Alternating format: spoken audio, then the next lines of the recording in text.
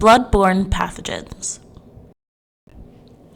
This course will discuss how bloodborne pathogens or microorganisms present in the blood or bodily fluids are transmitted and can cause disease. Participants will learn about the 3 common bloodborne pathogens in healthcare settings, and will learn how measures to safeguard their health. Training on bloodborne pathogens is essential to knowing effective ways to maintain health and safety in the workplace. That includes, but is not limited to, treating all bodily fluids as if they are contaminated and learning proper cleanup and decontamination technique. After completing this training, you will be able to identify bloodborne pathogens, identify how pathogens are spread, and implement effective ways to maintain health and safety in the workplace. A bloodborne pathogen is a microorganism present in the blood or bodily fluids that can affect and cause disease. Pathogens can cause a number of diseases that range in severity and how they are transmitted. Some examples of different diseases caused by pathogens include viral diseases, bacterial infections, fungi, and parasites. According to Wikipedia, a virus is a microscopic parasite which can infect living organisms and cause disease. Viral diseases include, but are not limited to, the common cold, flu, measles, and hepatitis A, B, C, D, and E. Bacteria are microscopic living organisms, usually one-celled, that can be found everywhere. They can be dangerous, such as when they cause infection. Not all bacteria causes infections. However, those that can are called pathogenic bacteria. Bacterial infections include strep throat, urinary tract infections, and tuberculosis. There are millions of different fungal species on Earth. Fungi can be found just about everywhere in the environment, including indoors, outdoors, and on human skin. They cause infection when they outgrow and can cause illness. Fungal infections occur when an invading fungus takes over an area of the body and is too much for the immune system to handle. Most fungi are not dangerous. However, some types can be harmful to health. Fungal diseases like fungal meningitis and bloodstream infections are less common than skin and lung infections, but can be deadly. Parasites are organisms that behave like tiny animals living in or on a host and feeding from or at the expense of the host. Parasites can enter the body through contaminated food or water, and some can live in the skin and on hair. When parasites enter a person's body, their health can be affected. Parasites that affect humans can pass on diseases such as malaria. However, many parasites do not cause diseases because they may lead to death of both the organism and the host. The Occupational Safety and Health Administration regulates exposure to bloodborne pathogens and has developed a bloodborne pathogen exposure control standard. Examples of potentially infectious bodily fluids include, but are not limited to, mucous membranes, open wounds, and blood. All bodily fluid secretions and excretions to include, but not limited to, urine, feces, semen, vaginal secretion, saliva, except sweat, regardless of whether or not they contain visible blood. There are various modes of transmission.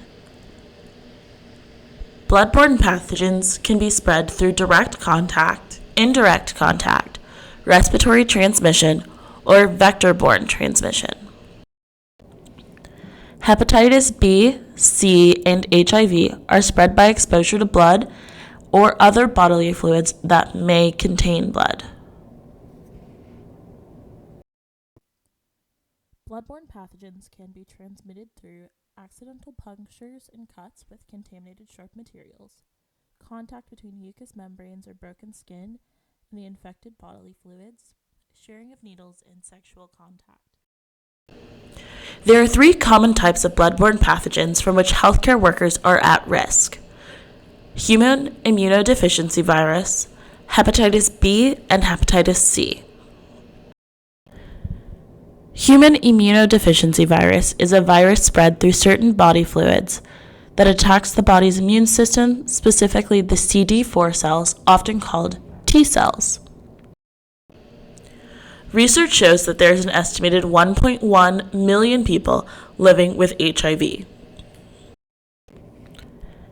HIV is the virus that leads to AIDS. It does not survive well outside of the body. It affects the body's immune system and is not curable. Research shows that over 12 million Americans are infected with HBV. This means 1 in 20 Americans. HIV can be contracted by occupational exposure to the blood or bodily fluids of a patient infected with HIV. HIV can also be contracted by sexual contact, sharing needles, an unborn baby through an infected mother.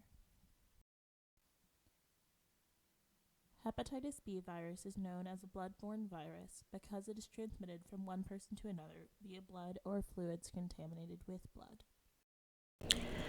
HBV is considered the silent infector. Symptoms include jaundice, fatigue, abdominal pain, loss of appetite, intermediate nausea, vomiting, chronic liver disease, liver cancer, or death. Symptoms may develop 4 to 6 months after exposure. HBV can survive in dried blood for at least 1 week. The HPV vaccine is available and is administered in 3 doses over several months. If you have been vaccinated in the past, you can still obtain a test to see if you are still immune to the HBV. Hepatitis C is the most common chronic bloodborne infection in the United States. Its symptoms include jaundice, fatigue, abdominal pain, loss of appetite, intermediate nausea, and vomiting. It can lead to chronic liver disease or death. However, there is no vaccine for hepatitis C. Hepatitis C may remain dormant with no symptoms for 10 to 20 years. People may be contagious even though they have no symptoms. What is tuberculosis? Tuberculosis is caused by bacteria that are spread through the air by infectious particles. These bacteria affect the lungs. There are 2 types of TB. Active TB requires the treatment of antibiotics for a year. Latent TB means that the person has the infection, but it is not infectious. The CDC estimates 5.6 million workers in the healthcare industry and related occupations are at risk. Healthcare workers are at high risk of being exposed to bloodborne pathogens through needle sticks, broken skin that comes into contact with potentially infectious materials, body fluids splashing into eyes, and other countless ways. Not everyone who is at risk of becoming exposed to a bloodborne pathogen is a healthcare worker. Other occupations that include risk for exposure include first responders and housekeeping personnel in some industries. Standard precautions combine the universal precautions approach of treating all blood and bodily fluids as infectious with body substance isolation practices. The precautions are applied to all clients receiving care regardless of infection status. Use proper hand washing techniques. Get vaccinated and ensure vaccinations are up to date. Travel wisely by being informed about health risks and special vaccinations. Remain at home when you are sick, especially if you have a fever or are vomiting or experiencing diarrhea. Bloodborne pathogen exposure can be prevented with the proper use of specialized equipment and clothing. Use personal protective equipment. Use safe needle devices as specified. Don't share drinking glasses or utensils. Protect yourself against insect bites. Do not engage in unprotected intercourse. Common types of personal protective equipment include gloves, face shields, gowns, masks, and goggles. If the exposure incident occurs at work, you should immediately report the incident.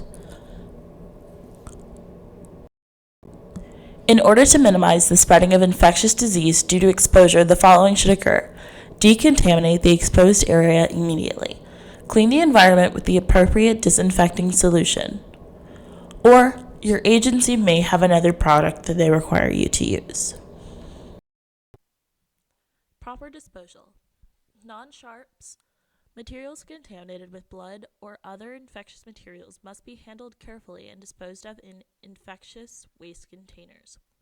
These containers are typically red and lined with red biohazard bags. Employees handling filled sharp containers should visually inspect sharp containers before handling, close the lid before manipulating the container, and secure filled sharp containers. If it's over full, use forceps to remove protruding devices or place removed devices in a new container. If you think that you or a client have been exposed to blood-borne or pathogens or other infectious fluids, you should immediately wash exposed skin, cuts, and needle injuries with soapy water. If you've been splashed by potentially infectious fluids around the eyes, nose, or mouth, you should immediately flush the area with water and immediately report the incident to medical services.